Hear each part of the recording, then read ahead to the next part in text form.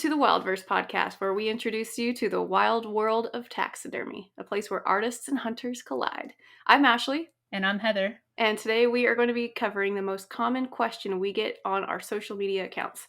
How do I become a taxidermist? My word, I could not tell you how many comments I get that are asking that question. It's really one of those topics that doesn't really have a simple answer. I mean, we just covered how we both started in our last episode, and those two stories really show like the different paths to success. And like they might be a little bit similar, but also very different in the actual learning of taxidermy. Yeah, I agree. The two paths may be different, but I can tell you that one common factor is the passion that it takes to succeed. And there's never an easy path to get to where you want to be, especially when you are learning something new. Literally no two paths are the same, and everyone's learning style is so different. But I definitely think doing some kind of hands-on learning is important when learning taxidermy, be it through a taxidermy school or class or finding a mentor. I think that's super important. What do you think? So I think honestly the best route, like if I had to go back, if I didn't have anybody that I could learn from or like knew a taxidermist, if I had to give a piece of advice, I would honestly say join your state association first, like even before you do anything, and go to a convention just because you're gonna meet so many taxidermists.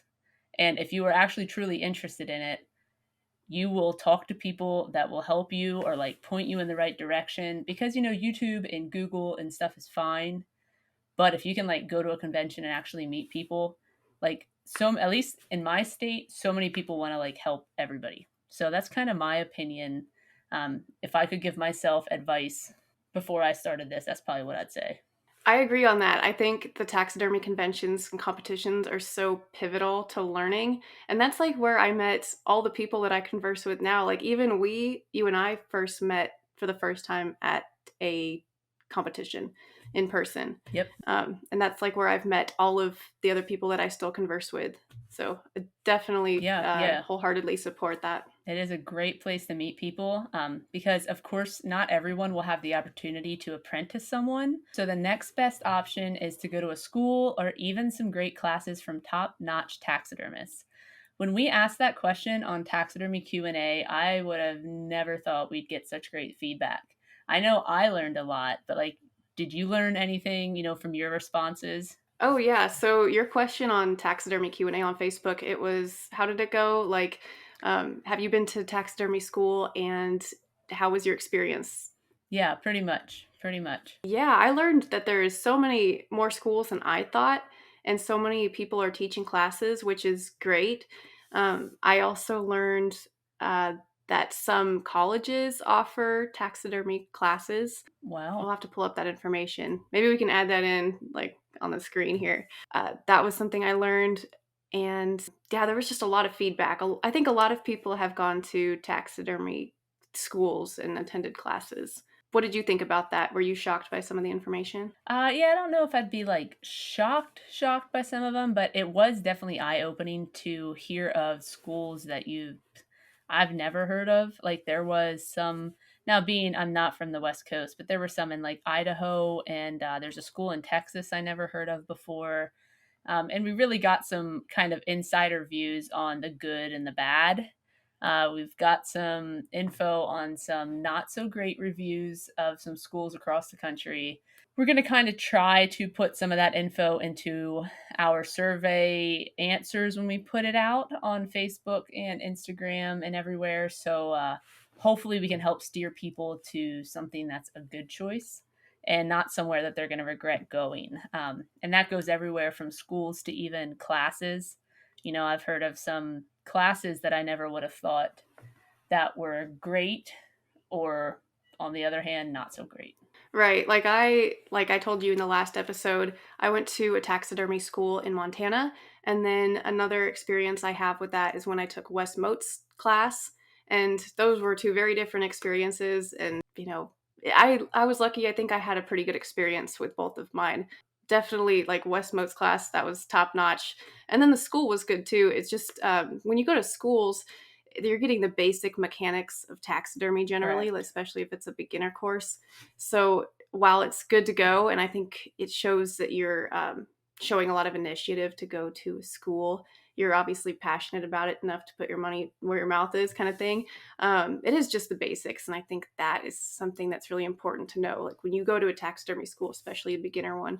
Yes, I agree. Because if you go to a school, like you said, you learn kind of a little bit of everything, a very broad spectrum on what you're doing. And honestly, a lot of the classes aren't going to cover your skinning, prepping, salting, tanning.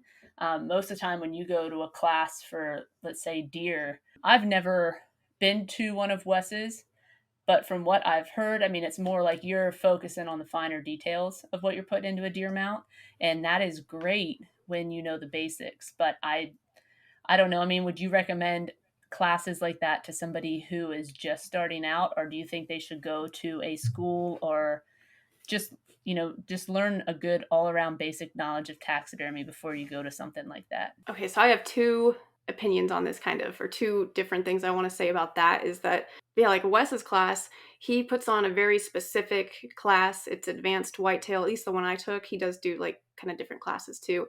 But so that was very specific. And I think it's important when a person is looking for a class or school that you do, be honest with yourself that if it's an advanced class and you've only mounted like a handful of deer, maybe look for something a little more like in your wheelhouse first. So I think specific classes like that are really good, but I think it's important to know, like, if you're just doing like a bird class and you've never mounted a bird, make sure it's geared towards beginners too. And then on the contrary, so I went to a taxidermy school, and the school that I went to, we did mammals, birds, and fish. It was a little bit of everything. And I personally really enjoyed that part of it because at the time I didn't really know what direction I wanted to even take with taxidermy. And so getting to do a little bit of each helped me narrow it down. And I did. I narrowed my interest down. I knew I didn't want to work with birds or fish. I'm a mammals girl, and I'm going to stick with that. So if you're a person like me, like, and if you're kind of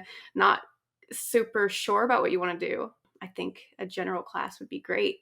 Or if you're a person who has hardly dabbled in taxidermy, that might be good too. But yeah, I just think it's important to, consider what the class is offering. If you have never mounted something before, you definitely want to look for a beginner class. If you've just dabbled, beginner class. If you've been doing it for a little while longer, there is intermediate and advanced classes that you can find. Yeah, very good points. But that some of the stuff you asked and kind of stated brings me on to ask you your opinion on the YouTube and Facebook taxidermy learners. So, like, there's people that literally are just die hard. I'm going to learn this solely off of YouTube and solely off of posting my pictures on Facebook and having people tell me how I did. I'm just kind of curious to hear kind of what your opinion is on that. Yeah, that's a great point that a person you can mount an animal from just online resources. Like that's a good point. Like Facebook, there's so many resources on Facebook nowadays, so many groups. YouTube has so many good videos that a person can literally do like step by step. Also, it's the mecca of taxidermy. The encyclopedia of taxidermy is taxidermy.net, and that's, any question you have can be answered through that. So for a lot of reasons, now is like the easiest time more than ever to learn taxidermy because there's just so many resources. However, I don't know if that's necessarily what you should stick to. I think it's a good way to get a start. But then if you're serious about taxidermy, I think it's really important to branch out, like we were saying earlier, go to conventions, go to seminars. And if you really want to step up your game, or if you really are, wanting to be a high level competitor, or even just like a really top notch commercial taxidermist, I think it's really important to try to learn from people hands on in some kind of class setting. Yeah, I definitely agree with that. I feel like there's nothing beats hands on. And I feel like our culture now is getting so geared towards just social media, get on your phone and talk to people only through that. And like, Totally. you don't want people to lose that one-on-one connection. And there's nothing like, for instance, going to a convention and you're watching a seminar, and afterwards and even during, you can ask questions, you can go up and see what the person's doing. If you're struggling with something, sometimes it's not the easiest thing to put a picture on Facebook and then try to interpret what people are telling you to change without actually physically seeing it. sometimes that's all it takes to like make the difference in your struggles. Yeah, I think that's a very good point. Like, I think posting on Facebook and stuff is great, but it'll only get you so far generally. And just speaking from experience too, and like my personal bias, like I know that wouldn't really work for me, but I think generally, like you're saying, it's super important to have some kind of hands on experience with taxidermy because it's so hands on, like literally the most hands Yes. on artistic thing ever. It's just hard to put that into, a flat 2D Yeah, screen. it is. It is. I mean, I know when I first started learning, and I remember sitting there watching him mount a deer, and I just could not wrap my head around like how, like I'm watching this whole process go down, and I'm trying to figure out how in the world, like, are you gonna turn that into like, what do you do with those eyes? Like it's just all floppy all over that thing's face. Like, and then once you see it happen, you're like, ah, I got you now. Yeah, I think that's maybe a misconception that people have is that taxidermy is maybe easier than it actually is, but there's just so many different steps to it. And so it's hard to just put that into, like internet research. So just seeing the process in person, even just seeing it in person, you're watching it happen is even, important. So yeah, I totally agree. And we're actually check out our Facebook and our Instagram. We did that survey that we talked about, and we kind of compiled all that info to try to give all of you the best rated schools and classes that we got from our research and people's actual experiences at these schools. That way, it makes your your navigation of figuring out where you want to learn a lot easier. So check out those social media sites for some of that info. All right. So then if you are at the stage where okay, I've learned some taxidermy and I really want to start getting into actually doing this as more than just a hobby maybe. If you are looking at starting your own business or even just working as a taxidermist, the next hurdle to tackle would be looking into what is needed to start a business or start working as a taxidermist legally. Yeah, so I know when I opened up my full time business, when I did that, I of course had to go get licensed by the state. Pennsylvania requires us to be licensed. It's like $100 fee. And of course, you also have to remember you got to put in like your sales tax. You got to get a sales tax number. You have to get your, if you're going to work on birds, you have to get your federal migration permit type of deal, and that goes through a whole nother thing from what your state is since that's federal. But that is what I had to do to open up in Pennsylvania. So yeah, like you're saying, if you're doing any kind of migratory birds, you need to get the what's it called, the federal migratory Yeah. uh, license, and that's for anybody in any state. Yes. So even if your state doesn't require licensing, you have to get that one if you're handling any kind of migratory birds. Yep. So that's really important to know. Don't want to be caught without that. And then, so you said Pennsylvania, you need a license. So now, Heather, you work for a taxidermist, but you obviously are a taxidermist too, but you work for another company. So does each one of the employees at your studio have to be licensed individually? No, since we work underneath like a shop, his taxidermy license covers all of us. At least that's what all my research has ever shown. Since we're working under that business's taxidermy license covers all of us. Okay, so that was something I was super curious about is when you said you needed to get a license, but that only applies to the business portion. So that's a good thing to keep in mind if you are looking into licensing. If you're not sure about something, you can always talk with like a game warden too. That's a good resources just so you're not like breaking the law. As far as like licensing in states that I've personally lived in, California is one of them. Didn't need a license to practice taxidermy. Oklahoma, where I'm at now, don't need a license to practice taxidermy. And I actually did do a little bit of taxidermy in Idaho when I lived there after taxidermy school. So when I was up there, and I didn't hardly do any, but I still got my license. I think because I was like, oh, I'm a taxidermist now, but I got my license, and that was $40, and it was through like Fish and Game. That was super simple, and it wasn't too expensive. Just Oh examples yeah. of where I've been. So I cannot believe that California does not require you to have a taxidermy license. Yeah, you would think that of all the states that California would, be knocking on your door for your taxidermy license fee, but no, surprisingly, Wow. there's not one. at least in all my research, and then, every other taxidermist that I've ever talked to, no license is required. Like, I've never heard anything about that, even from Fish and Game. Like, so yeah, you're good to go if you want to do taxidermy in California. You just start up and Wow. you just run it like a regular business. But yeah, California's got weird laws regarding other weird facets of taxidermy. We'll talk about those later. But yeah, no license. Hmm. That's crazy. For example, if you're in Washington state, your taxidermy license is going to cost you $250. You said Pennsylvania's was 100, right? Yeah, yeah, we're 100 and people complain about that. So Really? next time, next time maybe move to Washington and then you won't complain about $100 so much. Right? For example, like I said, Idaho is $40. Minnesota looks like $44. It kind of varies in between those numbers. And for example, Mississippi, if you're there, you can get your taxidermy license for a mere $12. That is pretty nuts. Like why even charge at that point? Like what is that $12 gonna do? I would imagine that's just to keep you in a roster of some kind, like at that point, right? Just I to have guess. you on file. But yeah, it's generally around 50, 100, 150. It's not terribly expensive, and that's usually annually, but you know, that's an expenditure that you need to consider if you're starting a taxidermy business. Yeah, yeah, not everybody has like a lot of money to start out. So like, $100 or $150 might not seem like much once you're up and running. Sometimes just to get started, you're like, man, do I have an extra $100 to put out on top of all this other stuff I'm doing? Right, like that can be just an added expense that you don't expect. So just it's good to keep that in mind. Yeah.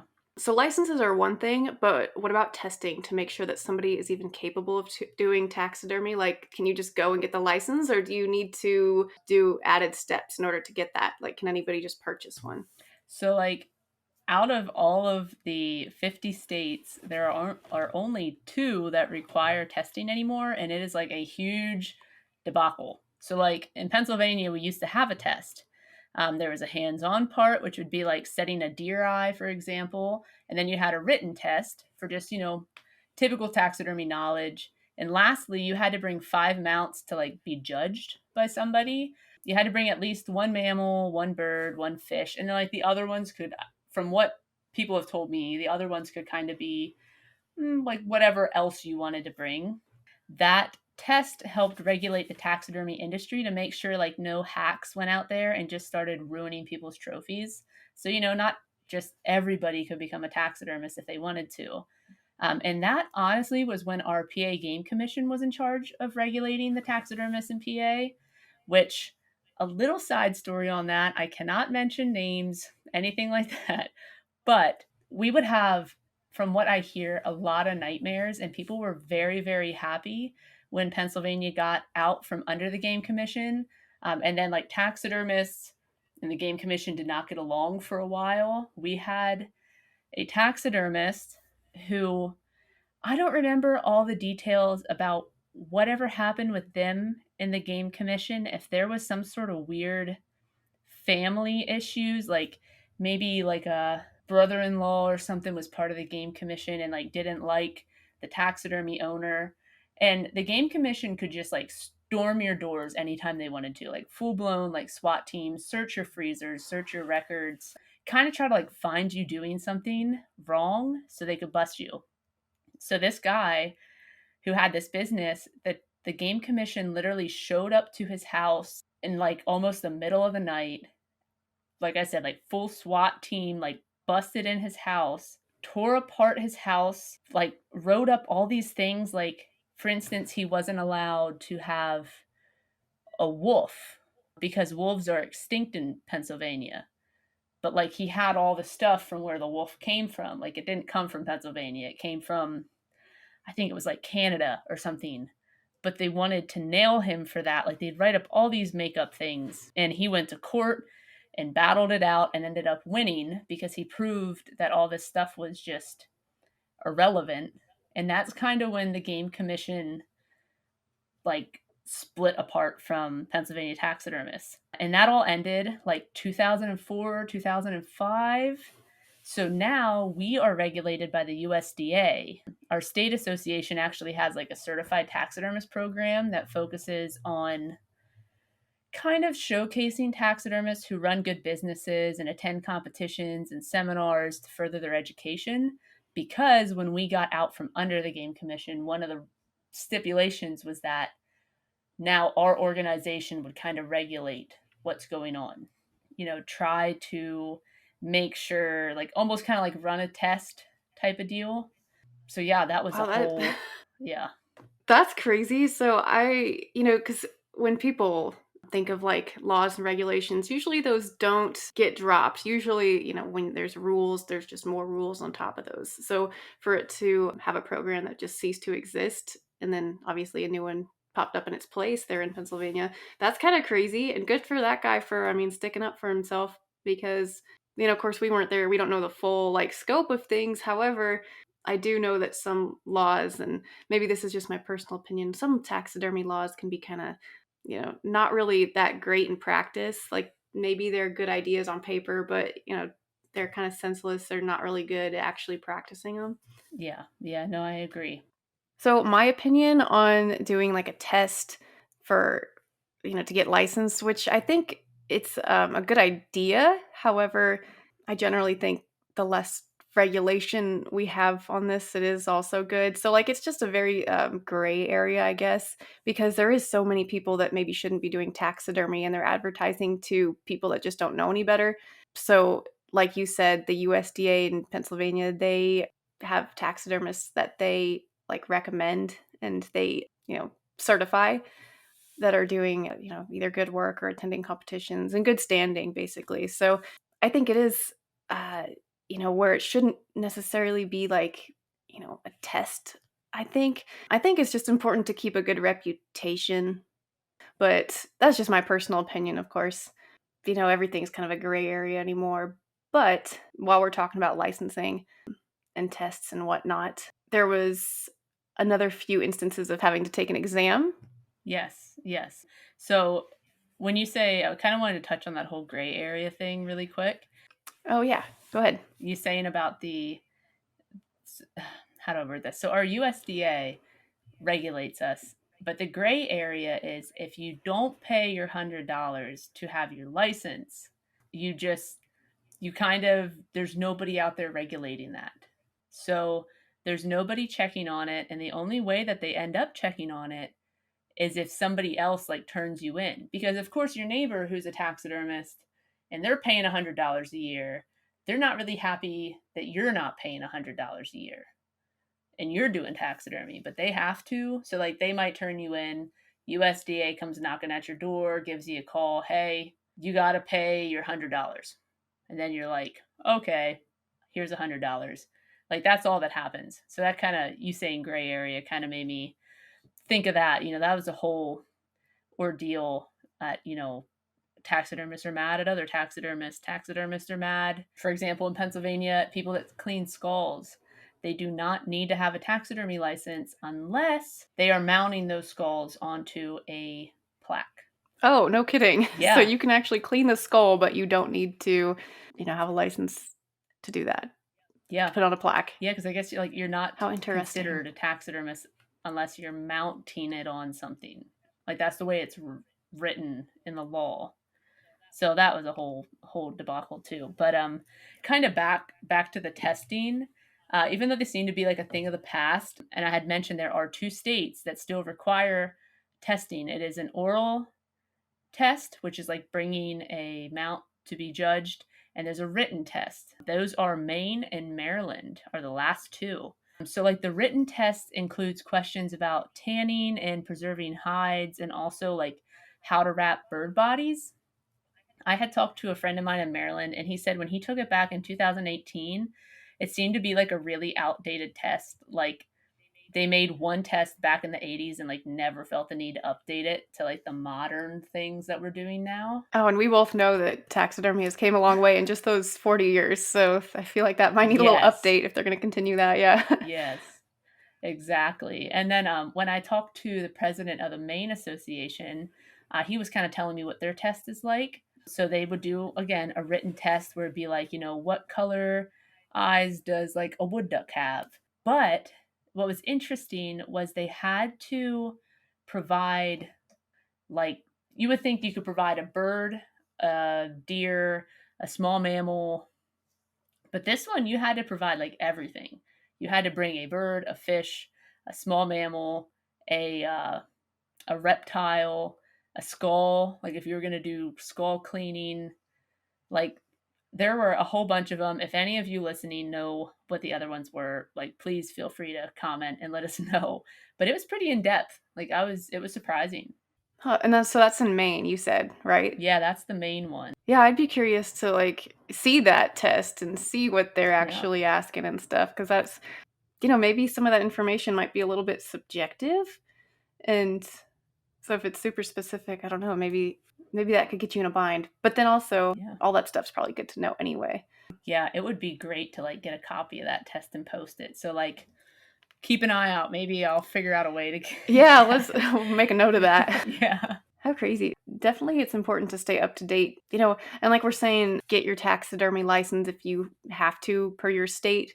But I also want to add on one quick thing about that too is that most states have a taxidermy association and you can become a member and you can become a member of different states taxidermy associations too. You don't have to stick to your own. yeah. But then also being a member of your state's association, that's something that you can advertise to customers and it's something that you can actually take pride in because a lot of states have certain bylaws that a taxidermist has to abide by and you have to be in good standing and so it just that's kind of just an extra bonus thing that you can do to give yourself a little more like rapport, I guess. I agree. That was a good point. I know I'm a hardcore definitely join your state association person, just because Me I know too. how much it's helped me. I wouldn't be where I'm at if I hadn't. Oh yeah, 100%. I think we're both really big proponents on that, on competitions and conventions and the whole world of that, joining your association. We're going to make that our motto, join your state's association. Yeah, yeah, yeah. It's definitely a good thing. I mean, the people you meet. So once you get all the learning and legal stuff done, it's time to start stocking up on what tools you need to start your business or just start doing taxidermy in general.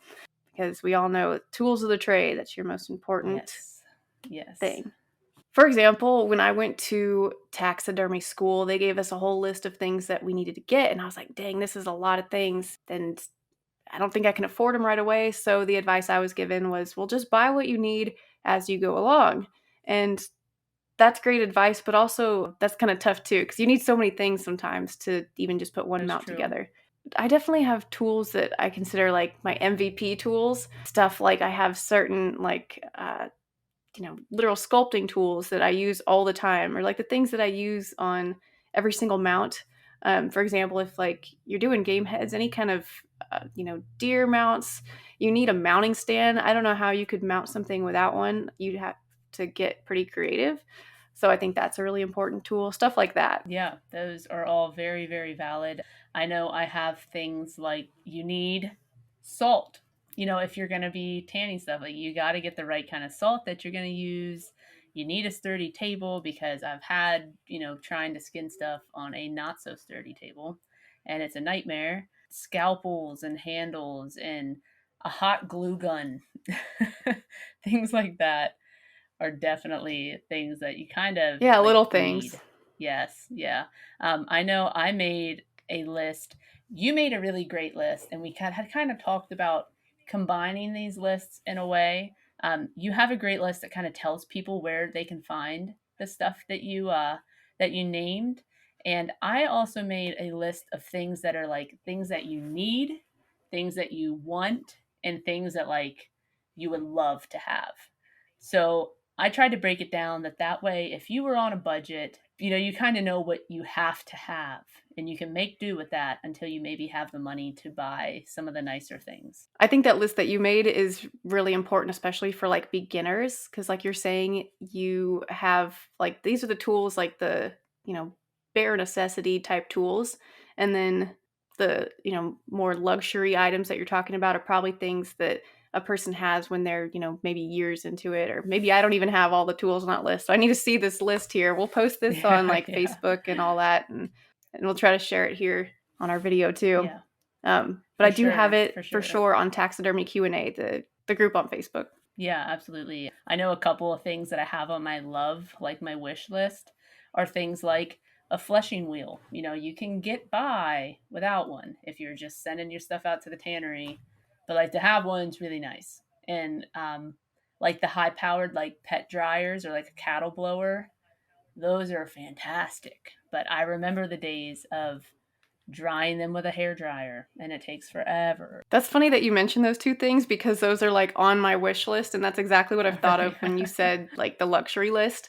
Because fleshing wheel, yep, I think that's something I don't personally have, and I don't necessarily need it. But if you're doing any kind of tanning yourself, like anything larger than like a bobcat, I think that's really important to have. Yes. But you can get by with other things. And then the other one you said, the pet blower, that one I don't have, and I just probably need to buy one. But I don't necessarily need it that often. But those are super handy to have too. So yeah, that checks out with exactly what I was Yes, thinking on yes, they're luxury so items. nice. Another item I was thinking of in like, when you're just starting out in taxidermy and something that's super Mm. important is freezer space. Maybe it's an underrated item because it's not really an item, but I think it's so important that you utilize a freezer in some way. Like you can use your house freezer, but if you have something large, it might not fit. Maybe getting a chest freezer is something that, you know, if depending on what a person needs, but that's something you need to have if you're doing any kind of taxidermy is, in my opinion, is freezer space. Yes, I agree. I mean, I know I have luxury now working where I work. I never would have thought I'd ever have the luxury of a walk-in freezer. That's like Yeah, you full-blown guys have love wish. the big walk-in. Yes, like when I ran my own business, I had two chest freezers and like one refrigerator freezer, like a normal household one. And oh my gosh, the days of having to dig to the very bottom to get a cape out, and then you got to figure out how to stack all the stuff back in on top that it fits. Like I dreaded searching in the freezer. I absolutely dreaded it. And now we can just walk right in, and maybe I'll share that clip with you guys too, of that nice freezer. It is one of, even though I did not build it, it is one of my pride and joys because it's so nice. Yeah, that looks like, I mean, that's top Oh, tier luxury for a taxidermist. I can't think of much more than having a walk-in freezer. Because, like what you're saying about how you used to have the two chest freezers searching for stuff, that's my life right now. Is I'm running three chest freezers and my, just my house freezer, which I do store stuff in. I try not to, yeah, but when things get full, you do what you got to do, and it's not too bad. But it's freezer space is so important, it and is. like you have a big studio, you guys need a walk-in, that's for sure. Yeah, I don't know. We'd have a lot of chest freezers if we didn't. But Oh yeah. a an interesting little thing you saying about using your house freezer and you try not to. I just got to tell you guys this quick story of using your house freezer for taxidermy things. Let's hear it. So I had acquired a squirrel monkey, and it's not skinned yet, so it's not very big, and it's all kind of wrapped up. And the one day, my husband was here at the house, and I was working, and he thought, you know what, I should do something nice and cook her dinner. And he thought that we had some sausage in the freezer. So he gets in there and he's looking around and he pulls this thing out and he's like, that's some weird looking sausage. It was my squirrel monkey. And thankfully he figured out what it was and he stuck it back in the freezer. Like you didn't thaw it out and So my then try squirrel to monkey unwrap was, it and no. Yeah. Yeah. My squirrel monkey was almost dinner. oh man. Yes. Yeah, you need to label those bags. Squirrel monkey Yeah, I guess right on the so. bag. But no, I definitely get in the habit sometimes of just putting stuff in the freezers. That's another just good tip, I guess, in general. A good segue into that one is to, keep things labeled and stay organized, Yes. especially, Yes. legal stuff. Important to keep things all labeled. And, if you got deer you're bringing in, keep the antlers labeled and all that. But not to take away from your monkey story, but Oh no, no, that's, it's oh man, labeling stuff is very important. But that's hilarious. yeah, he's like, "Ah, I thought that looked like some weird sausage. Well, it's because it was a monkey. So Did you ever mount that thing? oh, Just side not note. yet, not yet. I am trying like working on ideas for that one. So we'll see. I'm kind of somewhat dreading it. So is it still in your house freezer? It's still in the it's still in the freezer. Yeah. uh, It is still that'll be there. a cool one. But yeah, I mean, it is one of those things that there are so many interesting things when we start talking about how to get into taxidermy. It's a lot of depth, and we hope that our episode here at least gave some people some insight on what the best paths are going to be for them. Because, of course, everybody doesn't have the same time and budget and space. Your working space, you can do everything from working out of a bedroom of your house to starting in a full blown garage or something. So I'm really hoping that some of our info we shared today helps some people. Yeah, absolutely. I think that's probably the hardest part about taxidermy is just getting into it and beginning and learning taxidermy basically. So whether you go to a school, you find a mentor, maybe you're just DIYing it for now, we definitely recommend going to your conventions, being a member of your state's association, that's a huge thing. Networking, there's all kinds of different ways to get into taxidermy and it really depends on like what your goals are, but yeah, I hope this helped. I hope we, give you guys some resources to kind of think about like what works best for you and hopefully something in here kind of resonates with you. Yeah, that's all we can hope for. And the information that we're going to be putting out on Facebook and Instagram, and also kind of linking with this YouTube video should really help some people figure out where to start. But the hardest part is you actually have to start.